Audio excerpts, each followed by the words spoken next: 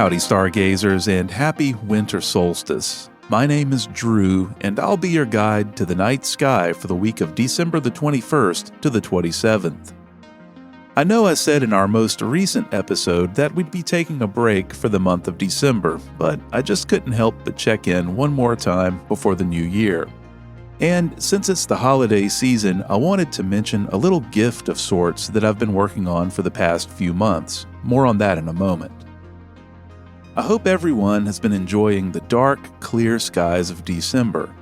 I was doing some traveling recently, as I often do this time of year, and I visited Nashville and Memphis, two cities I've never explored, despite them being just a few states over. We had gloomy, cloudy skies the entire time I was on the road, with the exception of one evening when the waning supermoon hung low over the Nashville skyline, looking icy and massive. Since arriving back home, we've had wonderfully clear skies, albeit very cold and windy weather for the southeast. It's nice to see the familiar form of Orion dominating the night sky once again, along with bright Jupiter and the stillness of good seeing.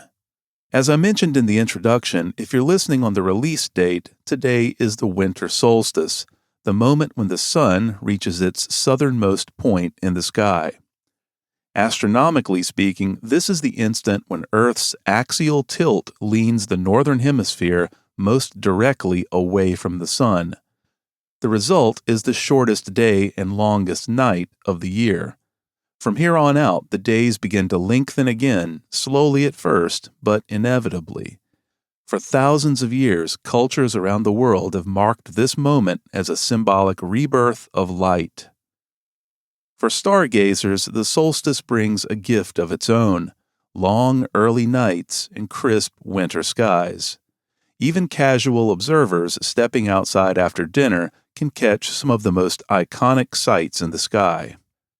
If you look toward the southeast after sunset, you'll be greeted by Orion rising into prominence. Orion's three belt stars form an easy visual anchor, and hanging beneath them is the Orion Nebula, one of the finest deep sky objects visible to the naked eye from dark locations and absolutely stunning through binoculars or a small telescope. Just above Orion sits Taurus the Bull, home to the Pleiades star cluster, also known as the Seven Sisters. This tight, glittering cluster is an ideal holiday target, bright, compact, and unmistakable. Binoculars really bring it to life, revealing dozens of stars packed into a small patch of sky. Following Orion across the sky is Canis Major, marked by Sirius, the brightest star in the night sky.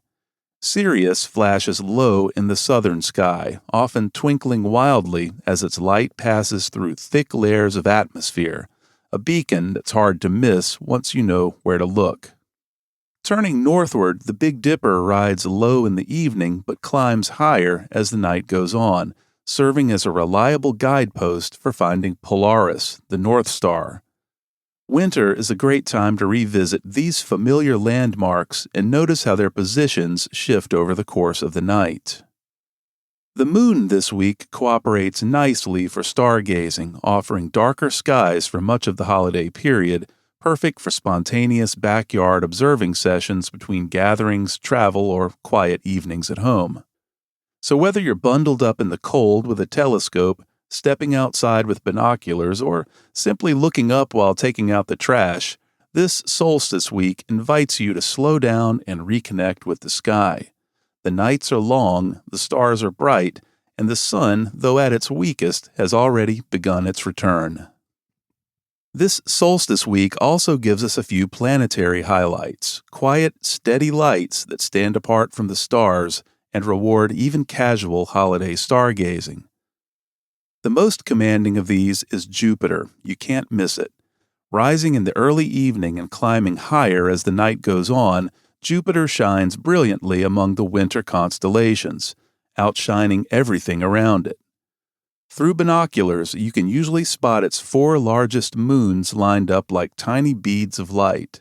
With a small telescope, Jupiter resembles a miniature solar system all its own, complete with dark cloud bands stretching across its face. Lower in the sky during the early evening is Saturn, glowing with a soft golden hue. It doesn't demand attention the way Jupiter does, but it rewards patience. Even small telescopes reveal its rings, and there's something especially fitting about seeing Saturn during the holidays, a planet that feels slow, ancient, and deliberate, quietly keeping time as the year comes to a close. In the early morning hours, sharp-eyed observers may also catch Mercury low near the horizon before sunrise. It's a challenging target, but spotting it feels like a small victory in the glow of dawn. The moon plays a supportive role later this week, returning to the evening sky as a thin crescent. Its modest presence means darker skies for much of the holiday period, perfect for stargazing without moonlight washing out the stars. And while meteor activity is quieter now than earlier in December, patient observers may still catch an occasional Ursid meteor streaking out from the northern sky. Brief flashes of motion in an otherwise calm, frozen cosmos.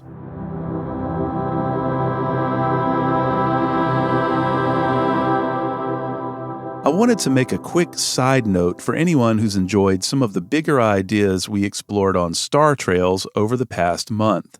Subjects like time dilation, interstellar travel, near light speed propulsion, and the very human challenge of communicating with something truly alien.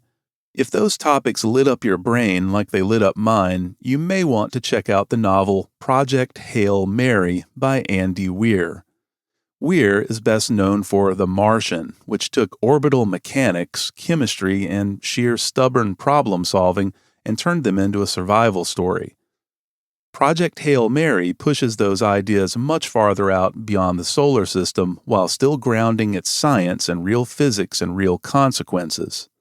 What makes the book especially fun for science-minded readers is how it treats big concepts not as abstract equations but as lived experiences. Relativity isn't something that happens on a chalkboard, and communication across species isn't solved with universal translators, but with patience, logic, and creativity.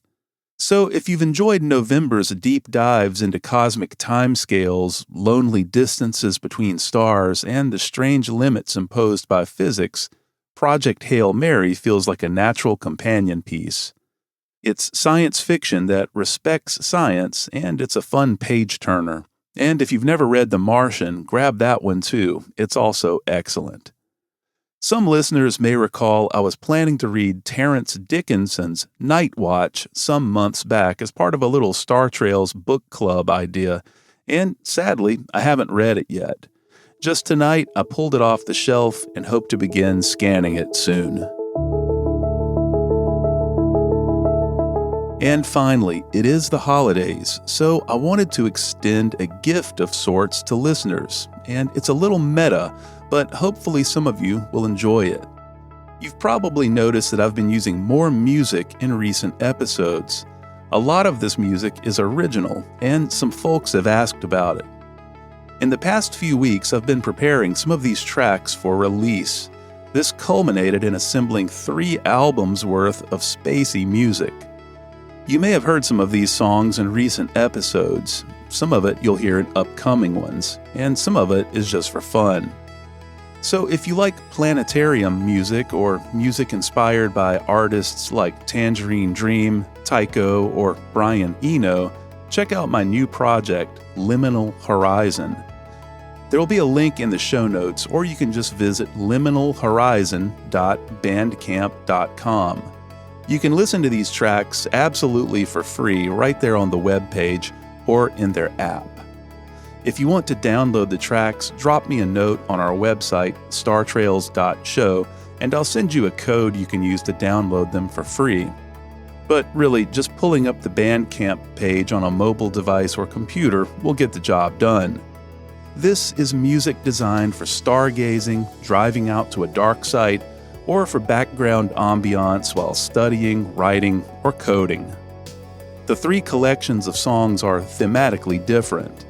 A Line Between Worlds features tunes dedicated to wonder and awe.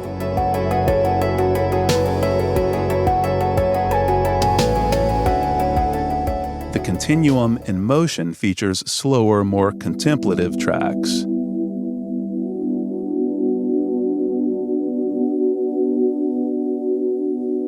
And my favorite, The Passage Through Shadow, features darker songs with harder beats and aggressive sounds.